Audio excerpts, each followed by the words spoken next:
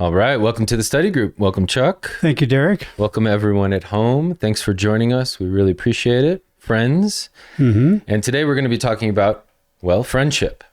And it's nice to have a friend like you, Chuck, right here, helping us out. Likewise. I can't begin to really capture how important it is to have a friend, especially when you're sharing something like Revelation, someone that you can confide in and trust and spark new ideas with. So I just want to tell you how much I appreciate you. And I know everybody else does. So thanks, man. Well, the feeling is mutual. Right on. Yeah, exactly. And God bless you, friends, for always supporting us and really encouraging us to keep pumping out material and helping our family. Yeah. So anyway. Yeah. So today we're going to be focusing on creating friendship, kind of as the main focus today. We did an earlier podcast just about being friendly and the importance of that. But today we're going to be focusing more on actually how to create friendship.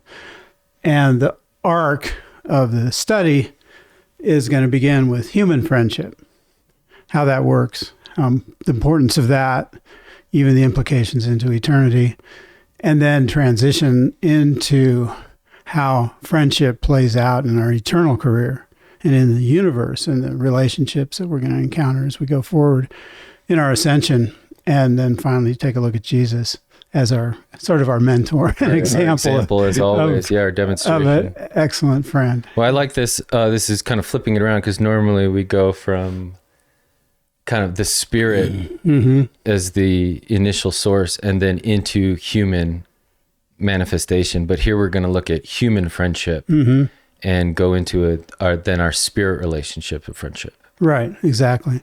So in the title slide and then the first slide, at least, are both drawn from Rodan, the Greek philosopher who's given a couple of papers in the Urantia book. He was a very brilliant philosopher, and he was all about tying the human to the divine. Right. So he offers a lot of practical advice and just practical insights into life and how to have a good life. And friendship is one of the things that he points to as being essential to that. Right. Yeah, like in our title slide here. Right. So here he's talking about how great friendships create treasured memories that can be shared going forward into all time. So there's a richness there. He's saying the noblest of all memories are the treasured recollections of the great moments of a superb friendship. And the thing about that is it's not something you just have unto yourself. It's a mutual possession, you might say. It's something that you share with someone else. So then you can enjoy that together and both be inspired. And the fact that it's created together brings value to everyone who's part of that. Yeah, you both have a sense of agency, perhaps. Exactly. Yeah. Right. Well, excellent. Okay, well let's get into it, and maybe I'll start it off with this first slide here. Sure, yeah. Let's do. This is from paper 160, Rodan, as we were talking about. Friendship enhances the joys and glorifies the triumphs of life. The presence of a friend enhances all beauty and exalts every goodness.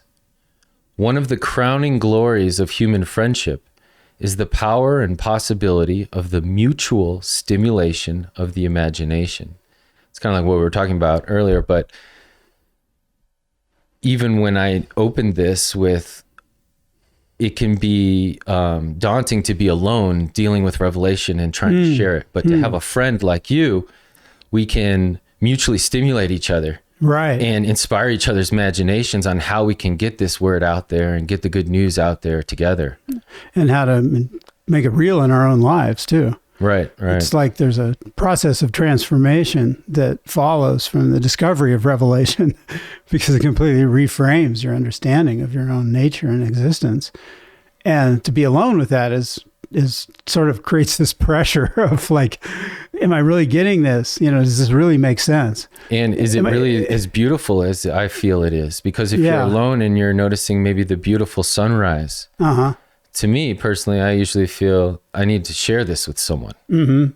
it's so beautiful. I would like to share it with a loved one or someone I care about. Yeah, because then it creates a circuit, kind of, or a flow of appreciation and realization and sharing. It's like the feeling, oh, yeah, we share these values. Mm-hmm. We both see the beauty in this. Well, I'm just thinking it's almost like a human form of like self-shared worship into something greater. It's not that you're worshiping the values, so to speak, but what is worship other than when all the parts kind of connect into the whole in this shared valuing of God, of the one, which is the whole. So there's like a microcosm of that in friendships, in relationship, because we're both valuing something that's greater than just the parts, just us. We've contributed to a greater treasure. Right. By sharing our experiences, by articulating to one another what we're feeling, what we're experiencing, what we're thinking, and then having response to that. If that's received and that's understood and there's a mutual connection there, then that's common ground that we can both stand on. And that creates a whole different feeling going forward in life, to know that you have friends by your side. I mean, we know we're never alone as far as God is concerned, but we can become very lonely on the human level. Right. And that's deprives us of what he's talking about here.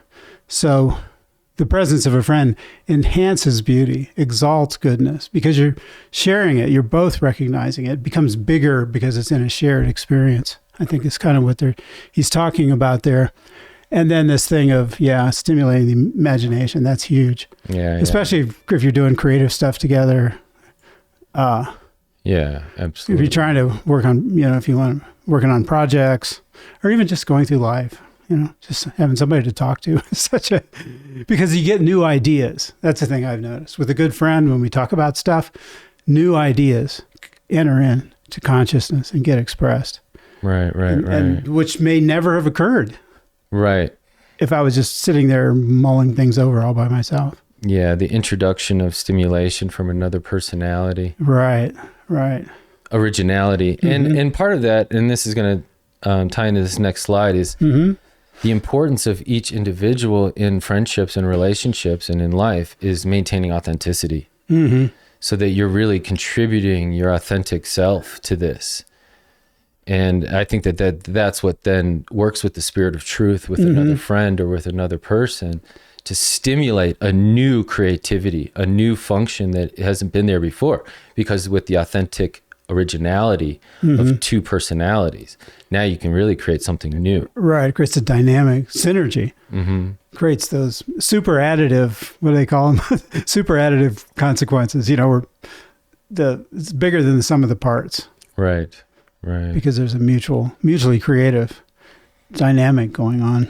Now, part of this is how we maintain authenticity and how divinity helps us. Yeah.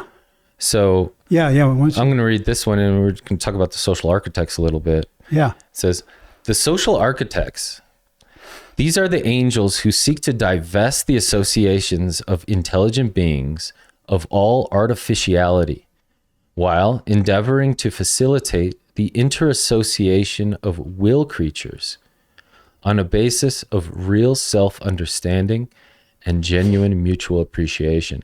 So it's really important for me. What stands out here is this divesting us, essentially humans and other intelligent beings, of things that aren't authentic to ourselves, and really facilitating this interassociation with us that is drawing out this genuine or real self-knowledge, real self-understanding of who we are, what we contribute. And in doing that, we can develop genuine mutual appreciation for what somebody else needs and vice versa.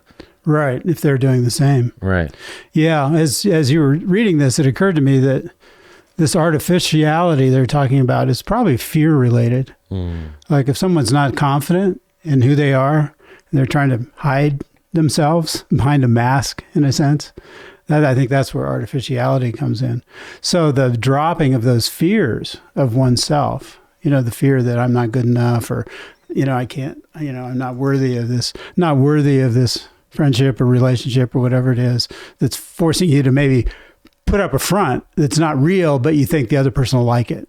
Yeah. You see what I mean? Right. That's kind of a way out where you're not really being authentic and genuine. No. So these angels, in whatever way they do it, they don't explain, but they help us to overcome that. And it could be by putting us in relationship crisis situations. Yeah, that makes sense. Where we have to be real. Yeah. We're forced to be real in spite of ourselves.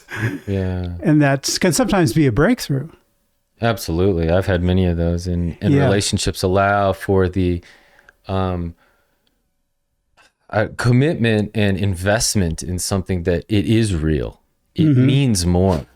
So you're going to have to fight for it. You're going to have to step up for it. You're going to have to change for it. You're going to have to grow with something. Like for a friend, it's worth it. And it's for God and for spirit, it's worth it for us to grow and to give and to contribute and to change, to transform. Right. What better gift can we give to our friend God than whatever we've created within us? You know, our offerings is that which we've chosen to develop. Right. Right.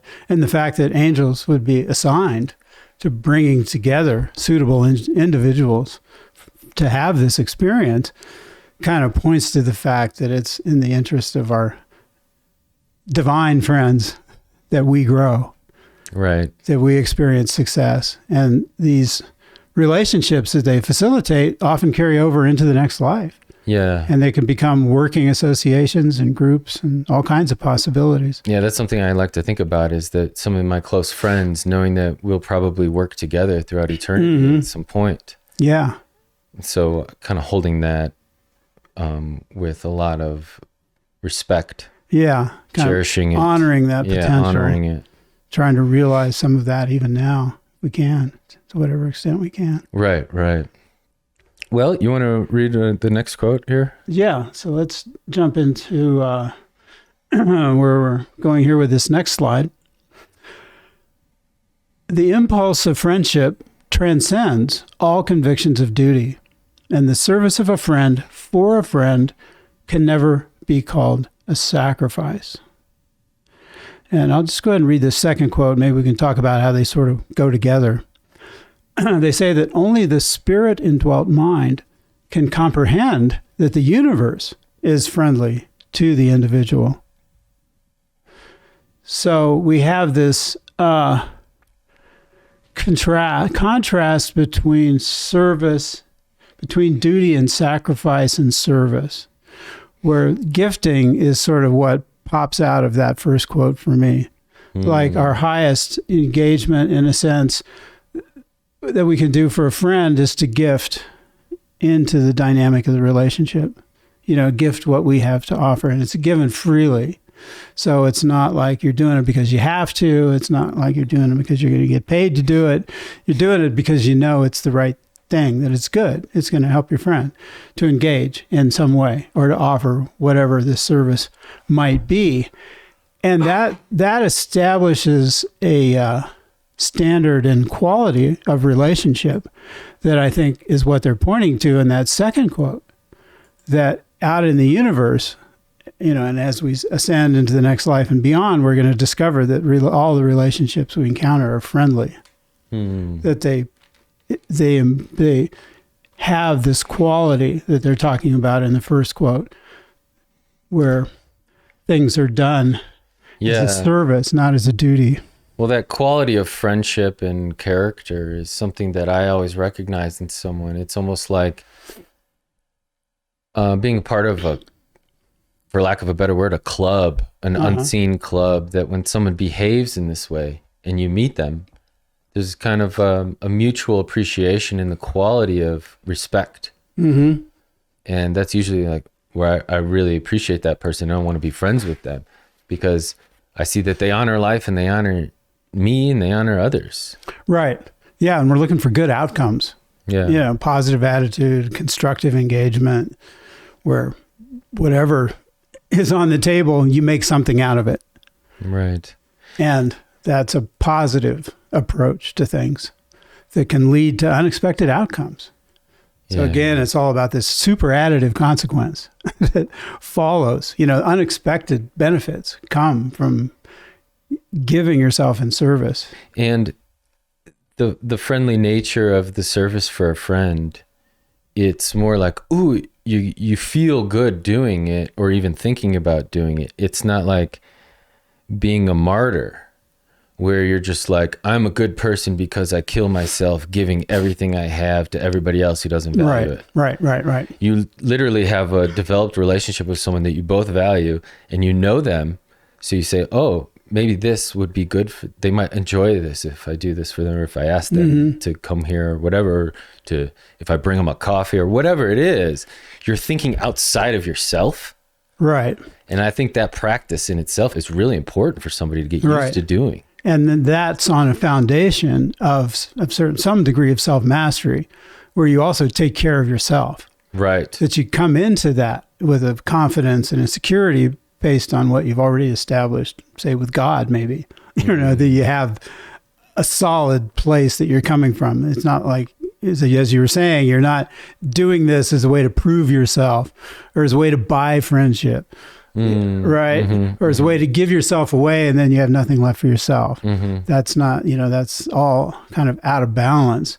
So the book in a couple of places talks about how the self has needs as well as others. Right. So we have to be responsible for ourselves. There's kind of a self-reliance aspect wrapped up in our psychological and emotional well-being. That's our responsibility. We have to take care of that. We can't depend on others to fix that for us. We have to work with God, work with ourselves, whatever help we can get from others. But ultimately, we have to take command of our inner life. So then to be able to bring that into a friendship, then it's like there's solid ground. Yeah. You're not taking as much as you're able to contribute and build. You're able to build on the relationship. There's a constructive potential in that. And I think that's important with all self-knowledge, as we talked about the social architects helping us. The self-understanding is knowing when you're at the level of when you need to almost detoxify or clean or get healthy, heal, versus when you're at the level where you can contribute and build and construct things. Right. And you always have that potential, but the real authentic self should be put forefront. Yeah, as best we can. Yeah. Right. So there's, a lot of focus gets put on healing, but beyond healing is just being healthy. Right. And that's kind of our goal here. And becoming more healthy. Right. I will bring life and more abundantly. Bring life more abundantly. That's what Jesus said. Right. Yeah. So his spirit, hanging out with his spirit, with him through his spirit, does that because we want to lift ourselves up to his level. We want to be more like him. And then if we can be at that level, I think we can have some healthy relationships too. I'm not an expert in all of this. I know. We're talking in theory here. Well, let's read this other quote. Okay, so here we go. So now we're going to start taking this out to more of a cosmic perspective. But Jesus, of course, is our cosmic guide here. Anyway, talking about Jesus and his nature, they say that this is the Midwares commenting. They say, and they all so much enjoyed Jesus. He was a good fisherman, a cheerful companion, and an inspiring friend. The more they worked with him, the more they loved him. And I think that last comment is especially interesting because that's where their relationship with him really kind of, rubber hit the road, however you want to put that, where they're depending on each other. He's depending on them, they're depending on him, and they're working together so that the qualities of trust and loyalty and confidence all come into play in this working relationship. So, I was kind of laughing earlier thinking, it's not that they said, well, and the more they heard his teachings, many of which they didn't even understand, right? The more they loved him. That's not what they say. They say the more they worked with him, the more they loved him. So I think that's a very interesting comment on our own relationships with each other as friends. And with Jesus. And with Jesus, both. That we can look to Jesus as a standard, but then try to bring that into our own working relationships. And the more we work with him right. in spirit in life, the more we bring out the actualization of that character in us, in our friendships and relationships. Right, exactly. And that we also learn to love each other by working together. Right. That's a big thing, because that's where we really engage in shared purposes. Well, I think about Jesus's experiences growing up and into adult life, and how many trips, caravans he led and was a part of. Yeah. And leading such a big voyage and being part of such big voyages. I mean, there's a lot of interdependency there. There's a lot of dependency on each other. And you're spending night after night by the fire, camping in rigorous conditions. Stuff's breaking down. You got to fix it. Yeah, in the rain. You never know what's going to hit you the next day. But that builds trust and confidence in one another. Right. It sure does. So life's a little bit like that. It's like we're all on a big caravan trip. We are. I think it was Rumi who said we're all just walking each other home. Ah, interesting. Yeah, there's a lot of truth in that. So then this last quote, in preaching the gospel of the kingdom, you are simply teaching friendship with God. So God, of course, is our truest and most reliable friend. His loyalty to us is unquestioned and unbreakable. There's nothing we can do that would stop God from loving us and being there for us. The only thing that can ruin that is for us to turn away from God. And that's, of course, what rebellion is about. But short of that, and what Jesus was trying to reveal in his time and day, is we should think of God as a friend. Yeah. You know, he's coming out of a place culturally at that time, of course, where a lot of people were afraid of God. I mean, that's kind of an earlier fearing evolutionary stage of development of the God concept. So he's lifting it to this new level where, wow, friendship with God.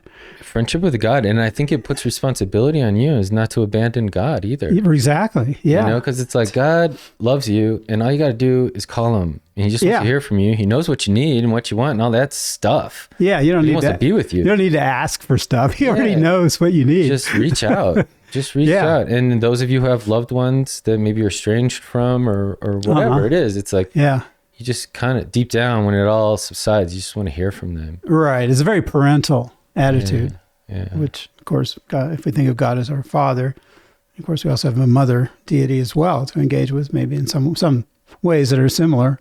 Mothers are different from fathers. So. But still, this idea that we have a friend who will never abandon us. Well, it reflects, to me, it all harps on loyalty.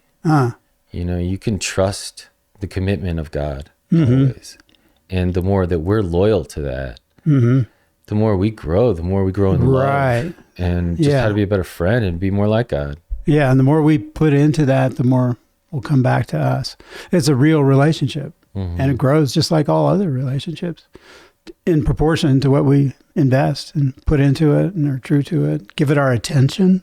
Time and attention on God. Let's do it. Yeah, exactly.